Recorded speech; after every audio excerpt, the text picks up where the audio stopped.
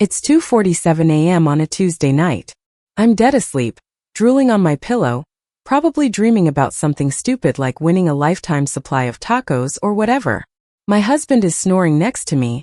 Our dog is sprawled across the foot of the bed, and everything is peaceful. Then my phone starts buzzing like crazy on my nightstand. Now you know that feeling when your phone rings in the middle of the night? That instant shot of adrenaline that goes through your whole body? Your heart just drops straight into your stomach because nothing good ever happens at 2 a.m. Nobody calls at that hour to tell you that you won the lottery, or that they just wanted to say hi. When you get a call at 2 a.m., someone is either in the hospital, in jail, or dead. Those are basically your three options. I grab my phone, squinting at the screen with one eye open because the brightness is like staring into the sun, and it's my nephew Jake. Jake is 22, still in college studying environmental science, and honestly, he's always been the good kid.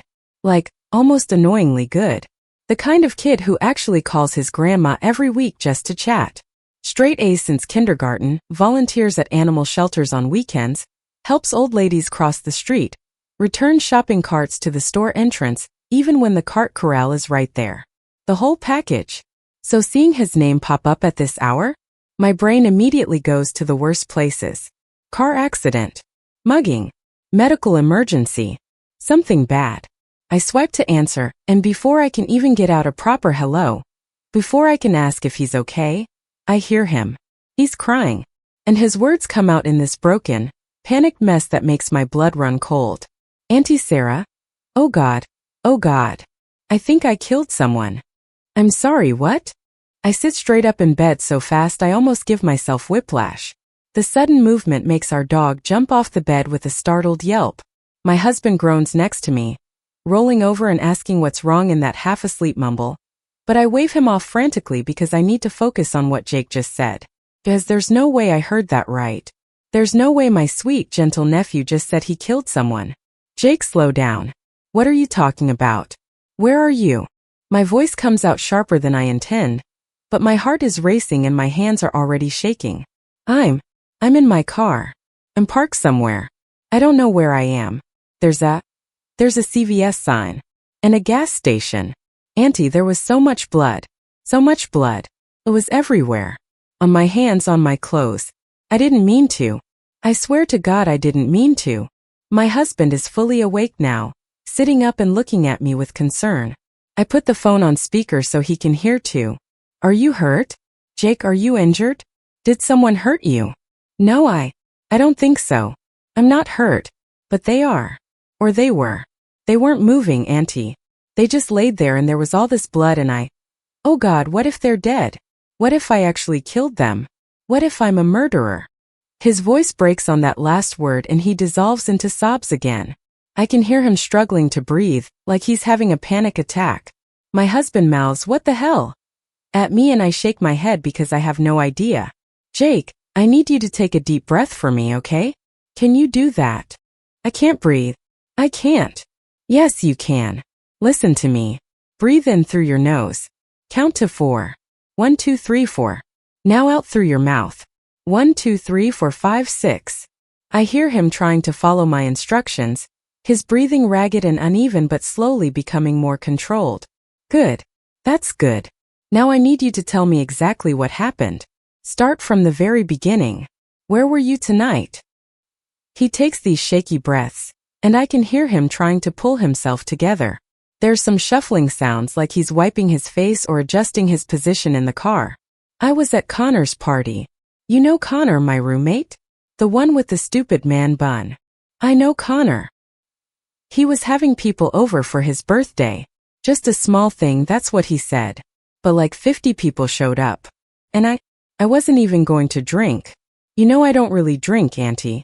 I had that bad experience freshman year with the tequila and I said never again, remember? I do remember.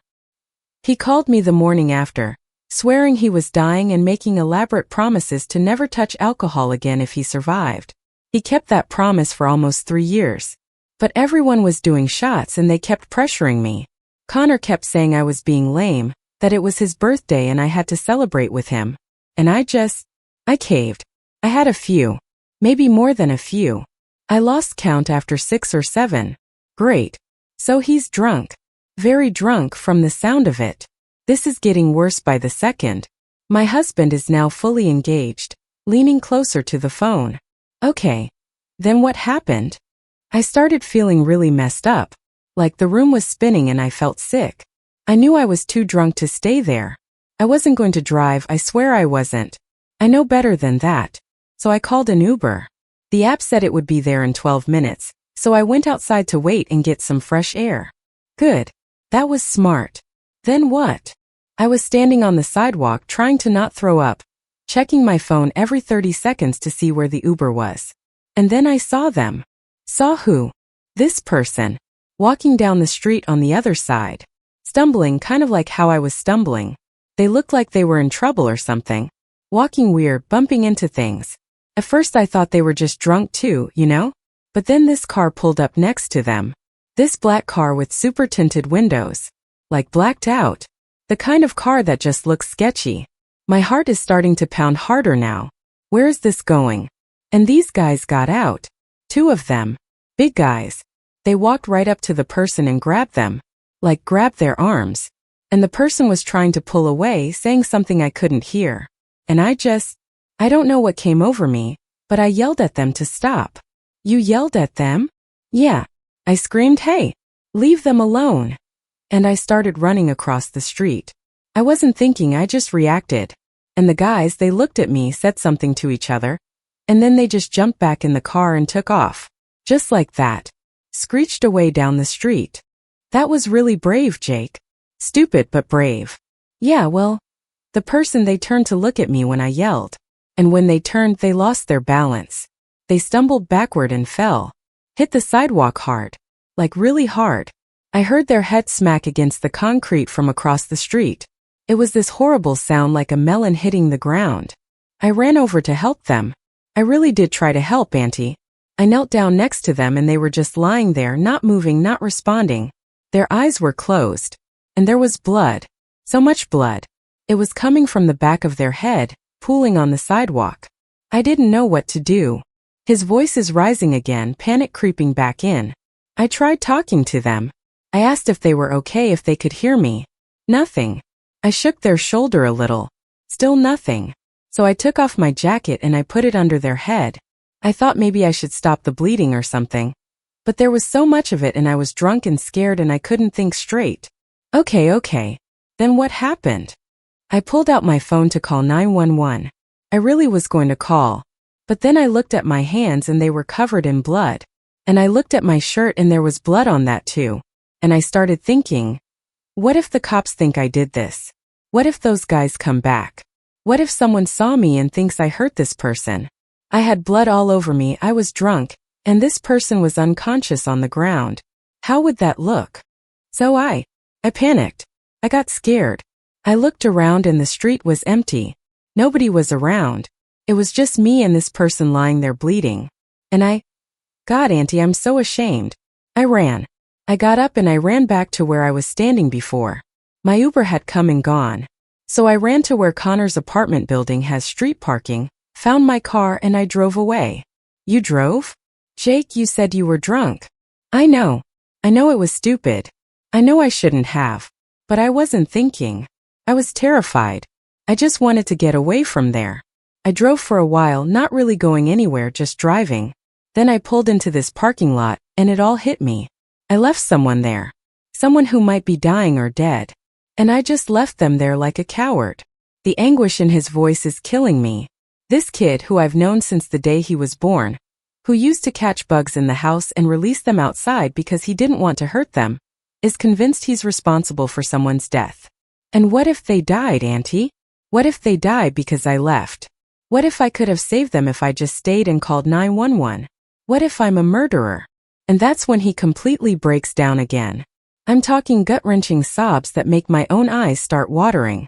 My husband puts his hand on my shoulder, and I can see the concern on his face. This is bad. This is really bad. Listen to me, Jake. Listen very carefully. Are you listening? Yes.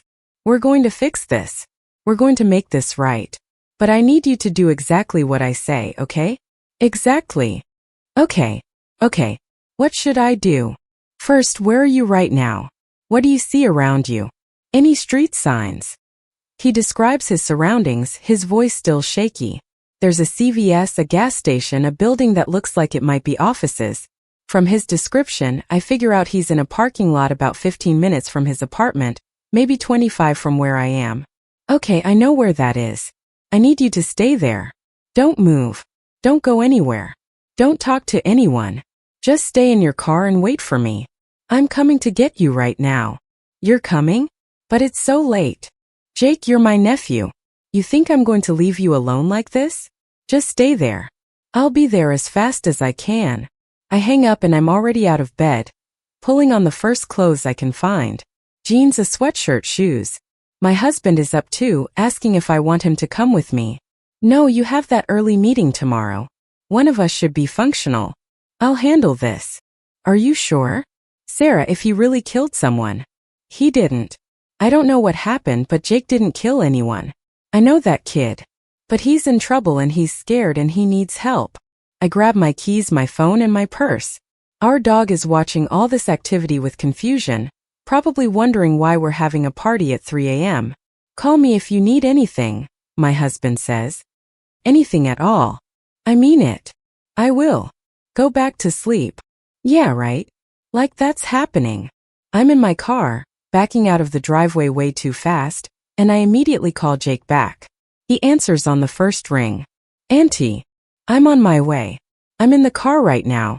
Just keep talking to me, okay? Don't hang up. Okay. The streets are empty at this hour, which is both good and eerie. Every red light feels like it takes forever. I'm definitely going above the speed limit, checking my mirrors for cops, because getting pulled over right now would not help the situation. Talk to me, Jake. Tell me more about the person. What did they look like? I don't know. I couldn't really see. They were wearing dark clothes. Jeans maybe? And a hoodie. I couldn't see their face clearly. The streetlight wasn't very bright. Man or woman? I couldn't tell. Medium height, medium build. Everything happened so fast. What about the guys in the car? Can you describe them? Not really. They were just big. Tall. One was wearing a white shirt, I think. It's all kind of blurry. His voice sounds exhausted now, the adrenaline probably wearing off, the alcohol still very much in his system. What are Mom and Dad going to say? He asks quietly. They're going to be so disappointed. My sister and her husband are currently on a 15-day cruise somewhere in the Caribbean, completely unreachable. They saved for 2 years for this trip. This is literally their first vacation without kids in over 2 decades. We'll worry about your parents later. Right now, we focus on figuring out what actually happened. I know what happened. I left someone to die. You don't know that they died. You don't know anything for sure yet. You were drunk, it was dark, you were scared. We need more information before you start jumping to conclusions. But even as I say this, I'm worried. What if the person really is seriously hurt? What if there's a body lying on some sidewalk right now because my nephew got scared and ran? What if he's right to be panicking? I try to push those thoughts away and focus on driving. Getting to Jake is the first priority. Everything else comes after. I can see the CVS sign. I tell him. I'm almost there. Which parking lot are you in? Behind the office building. The one with the dark windows. I turn into the lot and I see his car immediately. It's a beat-up Honda Civic that he bought with money from his summer job. And right now it's parked at an angle across 2 spaces, which tells me how panicked he was when he pulled in here. I park next to him and before I can even turn off my engine, he's getting out of his car. And God, he looks awful. His hair is sticking up in all directions like he's been running his hands through it. His eyes are red and swollen with dark circles underneath. His face is pale, almost greenish, and he looks like he might throw up at any second. And his clothes. His shirt has dark stains on it that could definitely be blood. His hands have dried red-brown streaks on them. There's even some on his neck like he touched his face with bloody hands. The moment I get out of my car, he practically falls into my arms. He's taller than me, has been since he was 16, but right now he feels like a little kid again. He's shaking, his whole body trembling. I'm sorry, he keeps saying. I'm so sorry, Auntie. I'm sorry. Sure, it's okay. We're going to figure this out. I let him hold on to me for a minute, And I can smell the alcohol on him. It's strong. He really did drink way too much. When was the last time he even ate? Did he have dinner before this party? When did you last eat something? I asked. I don't know. Lunch maybe. I wasn't hungry at the party. So he drank 7 or more shots on an empty stomach. No wonder he's a mess. Okay, we need to get you some water. Do you have any in your car? I don't think so. I go back to my car and dig around in the back seat where I usually keep reusable shopping bags and random junk. I find a bottle of water that's been rolling around back there for who knows how long. I check the seal, it's still good, and hand it to Jake. Drink this. All of it. He obeys, chugging the water like he's been lost in the desert. Some of it spills down his chin and onto his already stained shirt. When he's done, he wipes his mouth with the back of his hand. Thanks. Okay, get in my car. There's no way you're driving anywhere tonight. But my car. We'll deal with your car later. It's safe here. Get in. He gets in the passenger seat and immediately puts his head in his hands. I sit in the driver's seat but don't start the car yet. We need to talk this through properly. Alright, I need you to tell me the story again. Slower this time. Every detail you can remember, no matter how small. Where exactly did this happen? He tells me the street name, the Cross Street. It's in a residential area near the college. Lots of old houses that have been converted into apartments. I know the neighborhood. It's usually pretty safe, lots of students, but late at night it can get sketchy. What time did this happen? I don't know exactly. Maybe 1:30? I left the party around 1:15, I think. I was outside for maybe 10-15 minutes before I saw the person. So this all went down about an hour and a half ago. If someone was seriously hurt, what would have happened in that time? Would someone else have found them? Would they have called 911? The guys in the car. You said they grabbed the person. How exactly? They walked up on either side and each one grabbed an arm. Like they were trying to force the person into the car or something. The person was pulling back, trying to get away. Could you hear what anyone was saying? The person was saying something like no or stop maybe. I couldn't really hear. The guys didn't say anything that I heard. They just moved fast. And when you yelled, they just left? Yeah. They looked at me and I think one of them said something to the other. And then they just got back in the car and took off. Like they didn't want any witnesses or whatever. This is sounding more and more like an attempted kidnapping or assault. Which means Jake might have actually saved this person from something worse. But then the person got hurt anyway. When they fell, how far away were you? I was running across the street. Maybe 20 feet away? 30. And you're sure they hit their head? Positive. I heard it. And when I got to them, there was blood coming from the back of their head. A lot of it. Head wounds do bleed a lot, I know that much. Even minor scalp cuts can look really bad because there are so many blood vessels up there. But it could also be serious. A head injury is nothing to mess around with. And they weren't responding at all? Didn't open their eyes, didn't make any sound. Nothing.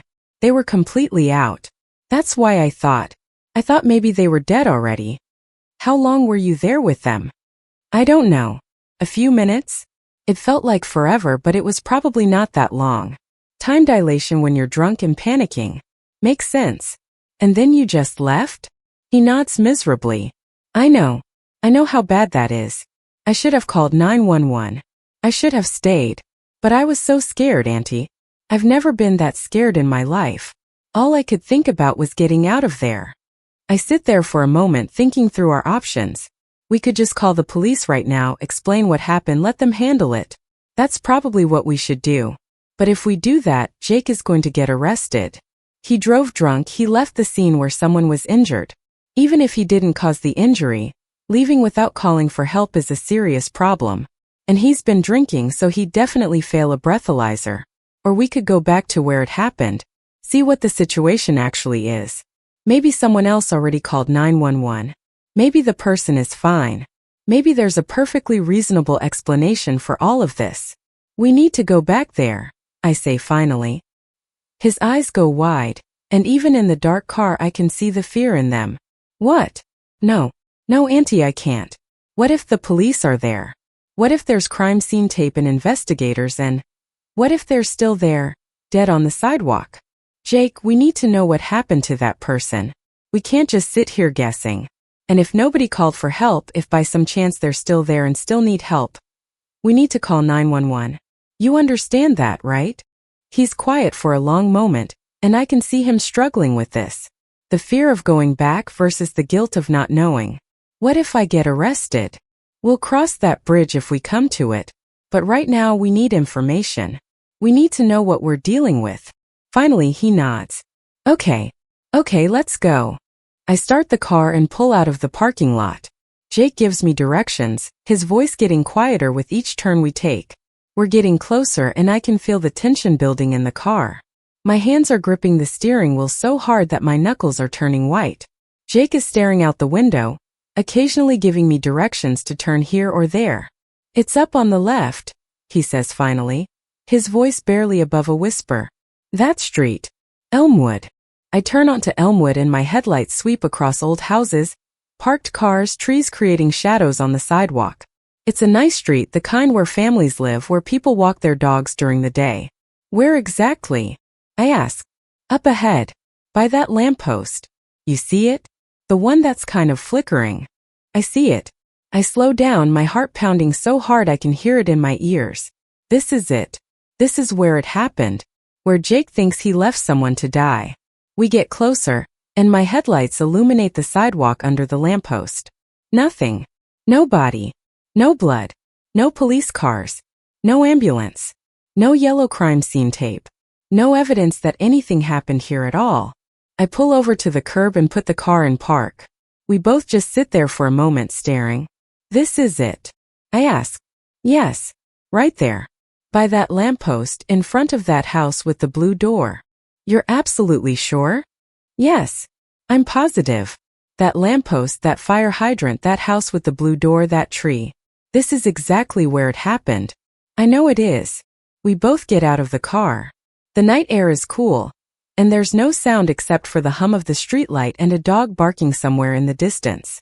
I walk over to the spot Jake indicated, pulling out my phone and turning on the flashlight. I scan the ground carefully with my phone's light. The sidewalk is old concrete, cracked in places with weeds growing up through the cracks. I'm looking for any sign of what Jake described. Blood, scuff marks, disturbed dirt, anything. Nothing. Jake is right behind me, breathing hard. I can hear the panic rising in his voice again. There was so much blood, he whispers. It was right here. Right on this spot. A whole pool of it. I crouch down, getting closer to the concrete, angling my light to see if maybe there's a stain that's been cleaned up. But the sidewalk is just normal. Old and weathered, but no signs of recent blood or cleaning. Jake, are you absolutely 100% certain this is the right spot? Yes. His voice cracks. I know what I saw, Auntie. I'm not making this up. This is where it happened. I stand up and look around more broadly. Could someone have cleaned it up this fast? It's only been about 2 hours since it happened. Could emergency services have come, taken the person away and cleaned the sidewalk? That seems unlikely. EMS doesn't clean up scenes, and even if someone did, you can't get blood completely out of concrete that fast, especially not without specialized equipment. I walk a few feet in either direction, checking the sidewalk in both directions, thinking maybe Jake's sense of location was off. But he keeps insisting it was right there, under that specific lamppost. What about the jacket? I ask suddenly. You said you left your jacket under their head. His hand goes to his mouth. Oh my God. I forgot about the jacket. It was my brown canvas one. It should be here somewhere. We both start looking around more frantically now, checking the ground, the small front yard of the house, under the parked cars nearby. No jacket. This is getting stranger by the minute. Okay, let's think about this logically. I say, more to calm myself down than anything else. You saw someone get grabbed by guys in a car. They fell and hit their head when you yelled and scared the guys off. You went to help. There was blood. You put your jacket under their head. You got scared and left. Now, 2 hours later, there's no evidence. So either someone cleaned this up really thoroughly and really fast, or what? Or my nephew is drunker than I thought and imagined the whole thing. Or saw something that his alcohol-soaked brain made way worse than it actually was. Or he's in the wrong location. But he seems so sure. Could you have the location wrong? I ask gently. Maybe it was a different street that looks similar. No. No way. I remember that blue door. I remember staring at it while I was trying to decide what to do. And that lamppost was flickering then too. This is the place. I notice he's swaying a little on his feet. The alcohol is still definitely in his system, and the adrenaline that was keeping him somewhat alert is probably fading. What if they got back up? I suggest. What if they weren't as hurt as you thought? What if they were just dazed and after you left they came to and walked away? Jake shakes his head violently. No. No way. They were unconscious. They weren't moving at all. And that much blood. You don't just walk away from that. But he was drunk. Very drunk. His perception of time, of severity, of everything could be completely skewed. What felt like minutes might have been seconds. What looked like a pool of blood might have been much less. What seemed like an unconscious person might have just been someone stunned. I'm about to suggest we just call the police and let them sort it out, confess everything and deal with the consequences when I notice something. There's a house directly across from where we're standing. It's a well-maintained place with a neat front yard. And above the front door, I can see a small camera. One of those doorbell cameras that everyone has these days. Jake, look. I point at the camera and his eyes follow my finger. When he sees what I'm pointing at, his whole body seems to tense up. If anything happened here tonight, that camera probably recorded it. For the first time since I picked him up, I see something other than fear or panic on his face. It's hope. Desperate, fragile hope. We should ask them, he says. We need to see that footage. I check my phone. It's 3:42 a.m. now. We're about to wake someone up in the middle of the night to ask to see their security footage, because my drunk nephew thinks he might have killed someone. This is insane. This whole night is absolutely insane. But we need to know. We have to know. Okay, let's do it. We cross the street and walk up to the front door. The house is completely dark. Everyone inside obviously asleep. I feel awful about this, but there's no other option. I reach out and ring the doorbell. We wait. Nothing happens. I ring it again, holding it down a little longer this time. A light comes on upstairs. Then we hear footsteps. Another light, this one in what looks like the living room. More footsteps coming downstairs. The door opens a crack, the chain still attached, and a middle-aged woman peers out. She's wearing a robe, her hair is in curlers, and she looks understandably annoyed and suspicious. Behind her, I can hear a man's voice asking who's at the door. Do you know what time it is? She demands, and yeah, that's fair. I'm so sorry to bother you at this hour. I say quickly, trying to sound as non-threatening as possible. I know this is crazy and I know it's the middle of the night. My nephew here witnessed what he believes might have been an assault on the street, outside your house about 2 hours ago. We're trying to figure out what happened. We noticed you have a doorbell camera, and we were wondering if we could possibly look at the footage from around 1:30 a.m. She looks from me to Jake, and I can see her taking in his appearance. The blood-stained shirt, the red eyes, the general disheveled look of someone who's had a very bad night. She seems to be mentally debating whether we're legitimate or if this is some kind of elaborate scam. An assault? She asks. Yes, ma'am, Jake says, and his voice cracks. Please. I just need to know if the person is okay. I need to know what happened to them. There's something in his voice, some genuine desperation, that seems to reach her. Her expression softens slightly. The man's voice from inside the house again. Carol, what's going on? She looks back over her shoulder. There's a young man here who says he witnessed an assault on our street. They want to see the camera footage. At 3 in the morning? Tell them to call the police. We will, I say quickly. We absolutely will call the police if needed. We just need to see what happened first. Please. We won't take up much of your time. She studies us for another long moment, and I can see her wavering. Finally she sighs. Hold on. She closes the door, and we hear the chain being removed. When the door opens again, it's wider, and she's gesturing for us to come inside. Make it quick. And if I think for 1 second that you're pulling something, I'm calling 911 immediately. Thank you, I say. Thank you so much. We follow her inside. The house is nice, neat, with family photos on the walls and the kind of furniture that looks comfortable but expensive. A man appears from the kitchen, also in a robe, looking wary. He's holding his phone like he's ready to call the cops at any moment. I'm Carol, the woman says. This is my husband, Tom. I'm Sarah. This is my nephew, Jake. What exactly did you see? Tom asks Jake, his tone skeptical. Jake launches into his story again, and I notice he's more coherent than he was earlier. The water helped, and maybe having to tell it multiple times is helping him organize his thoughts. He explains the stumbling person, the black car, the two men, how he yelled and they drove off, how the person fell and hit their head. Carol and Tom exchange looks. What time was this? Carol asks. Around 1:30, maybe 1:45 a.m. Carol pulls out her phone and opens an app. Our camera records 24/7 and saves footage for 30 days. Let me pull up that time frame. We all crowd around her phone. It's a small screen for 4 people to watch, but we manage. She scrolls back through the footage to 1:30 a.m. and hits play. For about a minute, nothing happens. Just an empty street, quiet and still. The camera has decent night vision, showing everything in grayscale. Then, a figure stumbles into frame from the right side of the screen.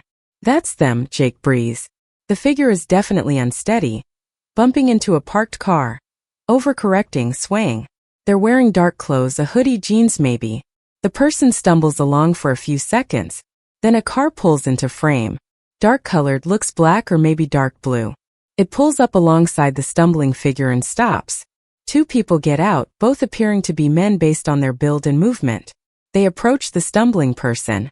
Even through the tinny speaker on Carol's phone, we can hear Jake's distant voice.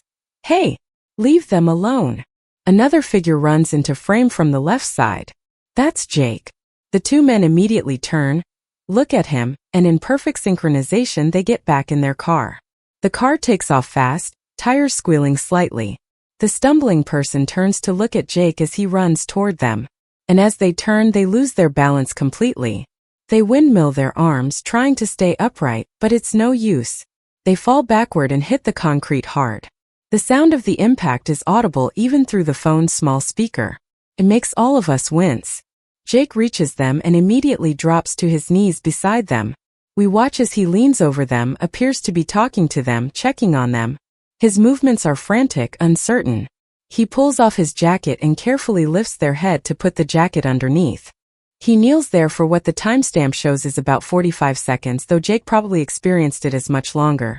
He's clearly agitated, looking around, looking at the person, at his hands, back at the person. Then he stands up abruptly, looks at his hands again, and runs out of frame. The person on the ground doesn't move. Tom, Carol, Jake, and I all stare at the screen in tense silence. Come on, I think. Get up. Please get up. 10 seconds pass. 20. 30. Then movement. The person's hand moves. They touch their head, flinch like it hurts. Slowly, carefully, they roll onto their side. They lie there for a few more seconds, then push themselves up to a sitting position. Even in the grayscale footage, we can see them touch the back of their head and then look at their hand, probably seeing blood. They look around, seeming confused and disoriented. They notice Jake's jacket on the ground next to them. They pick it up, look at it, look around again like they're trying to figure out what happened. Then, using their hands to brace against the ground, they stand up. They're wobbly, definitely unsteady, but they're on their feet. They stand there for a moment, swaying slightly, still holding Jake's jacket. They look up and down the street, maybe trying to decide which way to go. Then they start walking slowly at first, then with more confidence.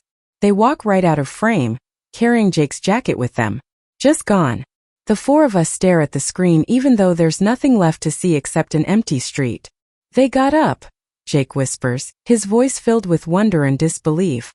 They just got up and walked away. I let out a breath I didn't realize I was holding. Tom and Carol look at each other, then back at us. So, they're okay? Carol asks. They walked away, I say, and I can feel tears of relief prickling at my eyes. They got up and walked away. Jake's legs seem to give out from under him and he sits down hard on Carol and Tom's couch, his hands covering his face. His shoulders start shaking and I realize he's crying. Not the panicked, hyperventilating sobs from earlier, but deep, overwhelming relief. I didn't kill them, he says through his hands. Oh my God, I didn't kill them. Carol, who has gone from suspicious to concerned, disappears into the kitchen and comes back with a glass of water and some tissues. She hands them to Jake, who accepts them with a mumbled thank you. You scared off those men, she says gently. From what I can see on that footage, they were trying to force that person into their car. You potentially saved them from being kidnapped or worse. But they got hurt, Jake says. They hit their head because of me. They hit their head because they were extremely intoxicated and lost their balance, Tom points out. That's not your fault. You were trying to help. But I left them there. I didn't call for help. That part is harder to defend and nobody tries to. It was wrong and Jake knows it. Can you send me that footage? I ask Carol. Just in case we need it for anything. Of course. She fiddles with her phone for a moment. What's your email? I give it to her and a few seconds later, my phone buzzes with the video file coming through. Thank you, I tell them both. I'm so sorry we woke you up, but thank you for being understanding and helpful. You didn't have to let us in. You seem genuinely distressed, Carol says. And honestly, after seeing that footage, I'm glad you came by. I'm going to file a police report in the morning about what we saw. That looked like an attempted kidnapping. That's smart. Those guys in the car were definitely up to no good. We say our goodbyes and head back to my car. Jake is quiet, processing everything. When we're both buckled in, I turn to look at him. The person was drunk, I say. Just like you. They fell and hit their head, which probably did bleed because head wounds bleed a lot even when they're not that serious. But they were conscious enough to get up within a minute and walk away. But there was so much blood, Jake insists, though his voice is weaker now, less certain. You were drunk, Jake. Very drunk. Your perception was way off. Time probably felt much longer than it was. Things probably looked worse than they actually were. The person was down for less than a minute total. To you, in your state, I bet it felt like 5 minutes. 10 minutes maybe. He processes this, and I can see understanding slowly dawning on his face. So I didn't kill anyone. No. You definitely didn't kill anyone. But I did drive drunk. And I left someone who was injured. Yes. You did both of those things. And both were wrong. Seriously wrong. He nods, accepting this. So what happens now? I think about this. Technically, he should probably still report this to the police. But the person he was worried about is clearly okay, or at least okay enough to walk away on their own. Carol and Tom are going to file a report about the attempted kidnapping, which is really the bigger crime here. Now we go home. You sleep this off. Tomorrow, when you're sober, we have a serious conversation about your choices tonight. Am I in trouble? With you, I mean. Jake, you called me at 2 a.m. thinking you killed someone. You drove drunk. You left an injured person without calling for help. Yes, you're in trouble. But you also tried to help a stranger who was being attacked. You felt genuine remorse and guilt. You called me instead of just trying to hide what happened. Those things count for something. I start the car and begin driving. Not back to the parking lot where Jake's car is, but toward his apartment. What about my car? We'll get it tomorrow. Tonight you're going home, drinking more water, taking some aspirin and going to bed. Tomorrow you're going to wake up with the worst hangover of your life. And you're going to think very carefully about everything that happened tonight. We drive in silence for a while. The streets are still empty. That weird dead time between late night and early morning when the world feels like it's holding its breath. Auntie. Yeah. Thank you. For coming to get me. For believing me. For helping me figure this out. That's what family does. I really thought I killed someone. I've never been that scared in my entire life. I know. I could hear it in your voice when you called. I kept thinking about Mom and Dad, about having to tell them their son is a murderer, about going to prison, about how my whole life was over. But it's not. Your life isn't over. You made some bad choices tonight, but you also made some good ones. You tried to help someone in trouble. You called me when you were scared instead of just trying to handle it alone. We pull up in front of Jake's apartment building. The party is clearly long over. The street is quiet, littered with the evidence of the night's activities: solo cups, beer cans, someone's shoe for some reason. Is Connor home? I ask. Probably passed out on the couch. He usually is after his parties. Good. I'm walking you up. We go inside and up to the second floor. Jake unlocks the door and sure enough, Connor is sprawled on the couch, snoring like a chainsaw, empty beer cans on the coffee table. Straight to bed, I tell Jake. But first, change out of those clothes and wash your hands and face. Tomorrow, wash those clothes separately with cold water to get the blood out. Okay. He heads toward his room, then stops and turns back. I mean it, Auntie. Thank you. I don't know what I would have done if you hadn't answered. You would have panicked alone, probably turned yourself into the police, and made everything way more complicated than it needed to be. Yeah, probably. Get some sleep. I'll call you tomorrow afternoon to check on you. By the time I get back home, the sky is starting to lighten with the first hints of dawn. I'm exhausted, mentally and physically drained. My husband is still awake, sitting in the living room with a cup of coffee and our dog. So? He asks as soon as I walk in. I collapse next to him on the couch and tell him everything. The whole wild story. Finding Jake, going back to the scene, the doorbell camera, the footage showing the person getting up and walking away. Jesus, he says when I'm done. That kid took 10 years off your life tonight. At least 10. Maybe 20. But he's okay? The person he thought he killed is okay. Seems like it. They walked away. Probably went home, maybe to a friend's place, hopefully to a hospital to get checked out. And Jake. Jake learned a very hard lesson tonight about alcohol and panic and making good choices. I lean my head on my husband's shoulder, and he puts his arm around me. We sit there in comfortable silence while the sun continues to rise outside our window. You're a good aunt, he says finally. I'm an exhausted aunt. That too. I sleep until almost noon, which I never do. When I finally wake up, I check my phone. There's a text from Jake sent about 30 minutes ago. Just woke up. Head is killing me. Everything hurts. But I'm alive and I didn't kill anyone, so that's good. Thank you again for everything. I text back. Drink water. Eat something even if you don't want to. Take it easy today. We'll talk later. Around 3 p.m. I call him. He sounds rough, his voice hoarse and tired. How are you feeling? I ask. Like I got hit by a truck. But I guess I deserve it. Yeah, you kind of do. Have you eaten anything? Connor made some eggs. I ate a little. Good. Have you thought about what happened last night? There's a long pause. I haven't thought about anything else. I keep seeing it in my head. The person falling, the blood on my hands, how scared I was. And what have you learned? Another pause, longer this time. That I can't handle alcohol like I thought I could. That my judgment is terrible when I'm drunk. That I never want to feel that scared or guilty again. That I'm really lucky things turned out okay. All good lessons. Auntie, I meant what I said last night.